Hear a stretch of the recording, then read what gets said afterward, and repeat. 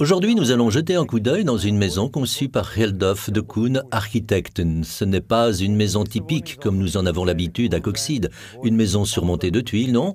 Cette fois, c'est une maison contemporaine avec un toit plat. Cependant, cette maison a ceci de spécial que l'extérieur, le matériau de l'extérieur, est également projeté à l'intérieur. Cela signifie donc que la finition est un matériau de gros œuvre. Je suis curieux.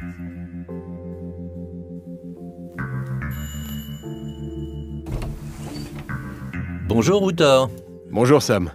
Vous êtes l'architecte de cette maison. C'est exact. Et nous pouvons y jeter un coup d'œil. Entrez seulement.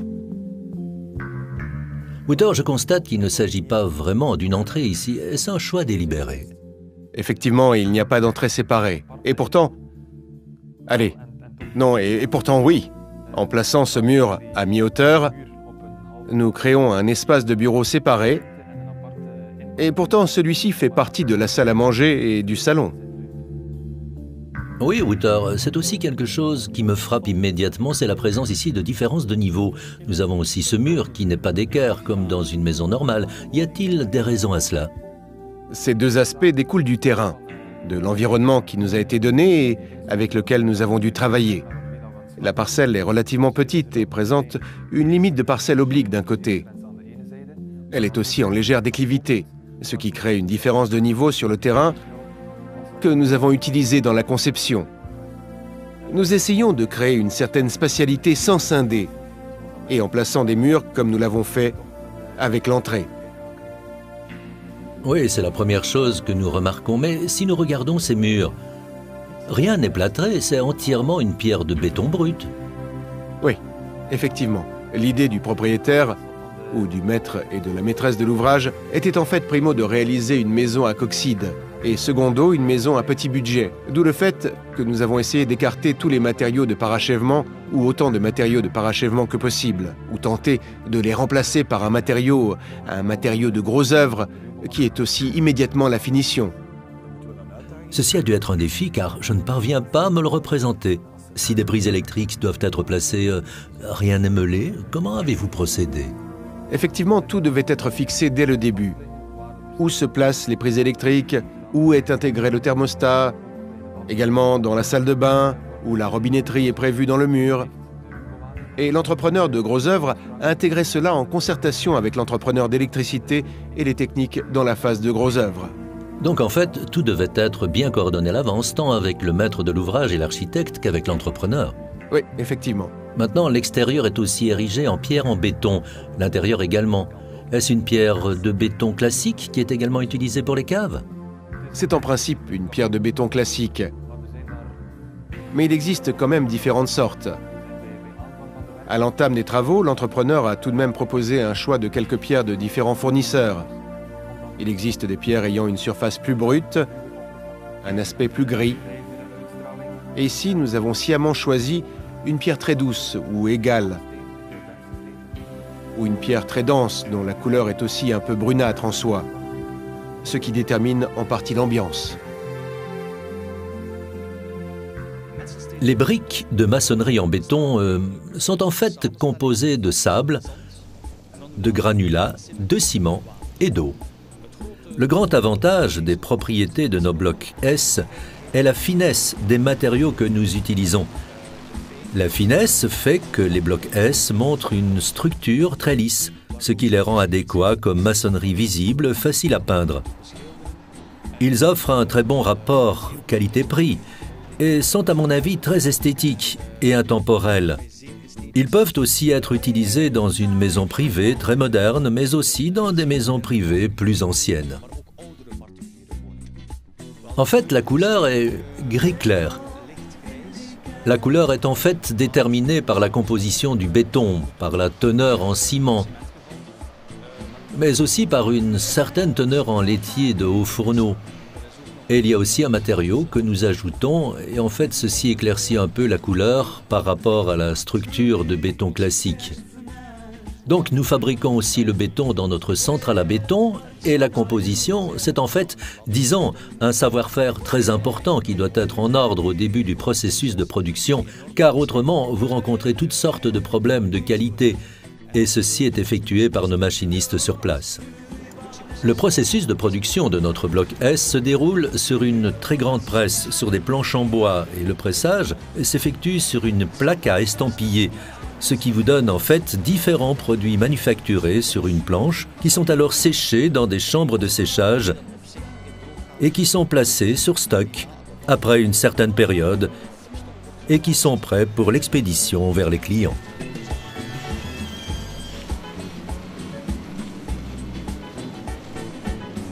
Le caractère brut subsiste bel et bien, mais les contrastes sont aussi énormes. Nous avons aussi le sol blanc, les plafonds blancs. Ces plafonds sont-ils peints ou plâtrés? Les plafonds sont les prédales qui sont peintes. Elles sont peintes par la suite. Oui, donc pas de collage utilisé. Nulle part intervient un collage. Et maintenant, le sol proprement dit, quel matériau est-ce? C'est un sol en polyuréthane. En fait, c'est un sol qui est placé ou a été placé aussi bien partout au rez-de-chaussée que dans la salle de bain et les chambres au-dessus.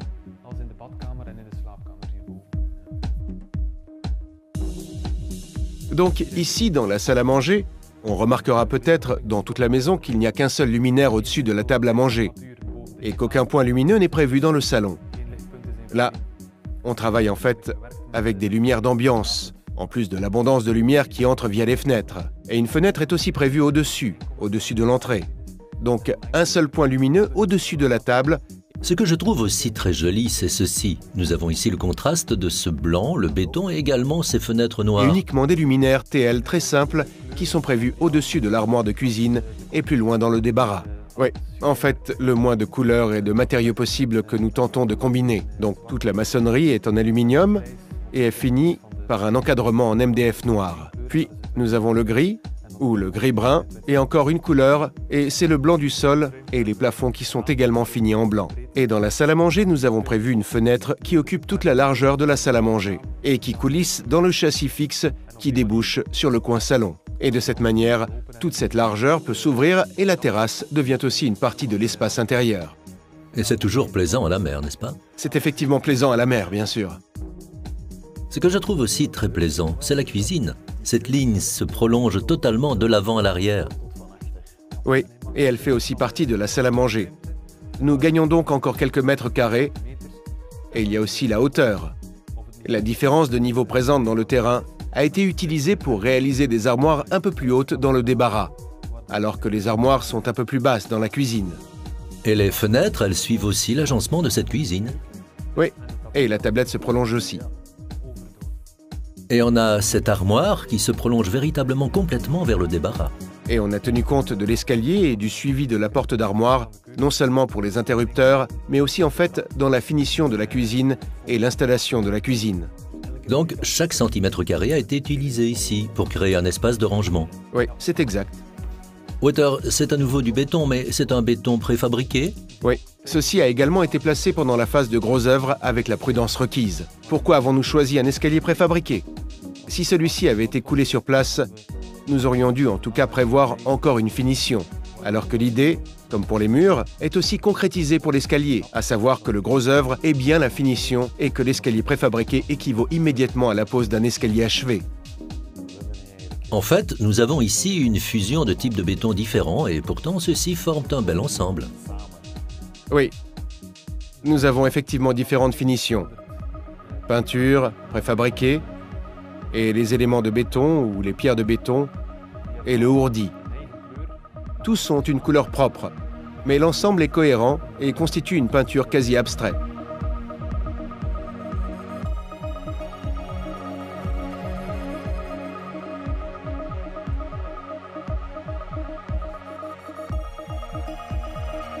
C'est aussi très agréable, hein. Vous avez ici cette lumière, ce faisceau lumineux qui entre aussi ici.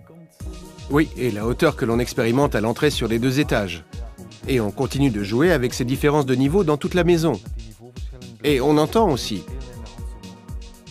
Le fait de ne pas plâtrer les murs crée aussi une acoustique un peu différente et bien plus adoucie. Oui, c'est juste. Et ici, vous avez cette vue sur les dunes. Oui, de la chambre des parents, la vue depuis le lit donne sur les dunes. Et ici, on a encore 2 chambres d'enfants identiques. Oui. Ce Ce que je remarque, c'est le caractère encore toujours brut, mais on voit des projections ici sur la pierre en béton. Oui, ceci n'est pas seulement produit ici. On a un peu éclaboussé à quelques endroits lors de l'intégration des techniques. Mais l'avantage d'une pierre en béton est qu'elle est moirée, qu'elle comporte différentes nuances, des efflorescences blanches, un gris plus foncé, un gris plus pâle. Et je trouve que ces projections sont probablement pires que ce qu'a déclaré le propriétaire. Cela raconte aussi l'histoire de la maison et de sa construction. Voilà, nous sommes ici dans la salle de bain. Oui, la même histoire en fait, ces matériaux bruts restent utilisés. Idem pour l'encadrement de baignoire.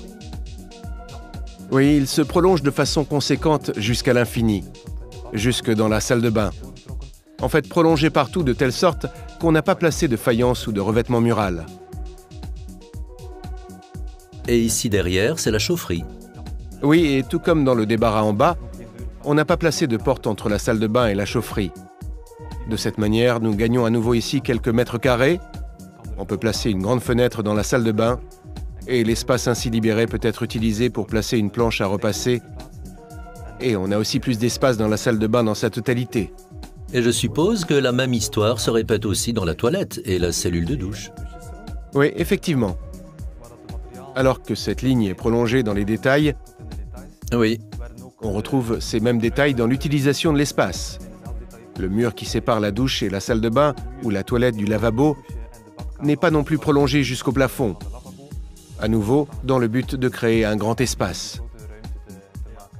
Et nous poursuivons vers les espaces plus petits où, pour les faire paraître plus grands à nouveau, le revêtement de sol est aussi prolongé sur le mur, et où nous pouvons créer une douche sans raccord.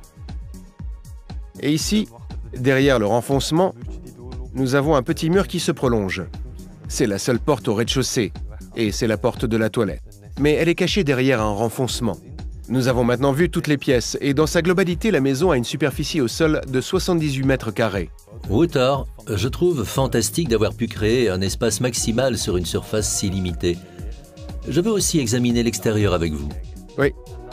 Et vous verrez que le même matériau est aussi prolongé à l'extérieur. Je trouve ceci également plaisant. Vous avez aussi prévu ici un panotage en aluminium. Ouais. Celui-ci est en fait la longueur complète du carport. Oui. Oui.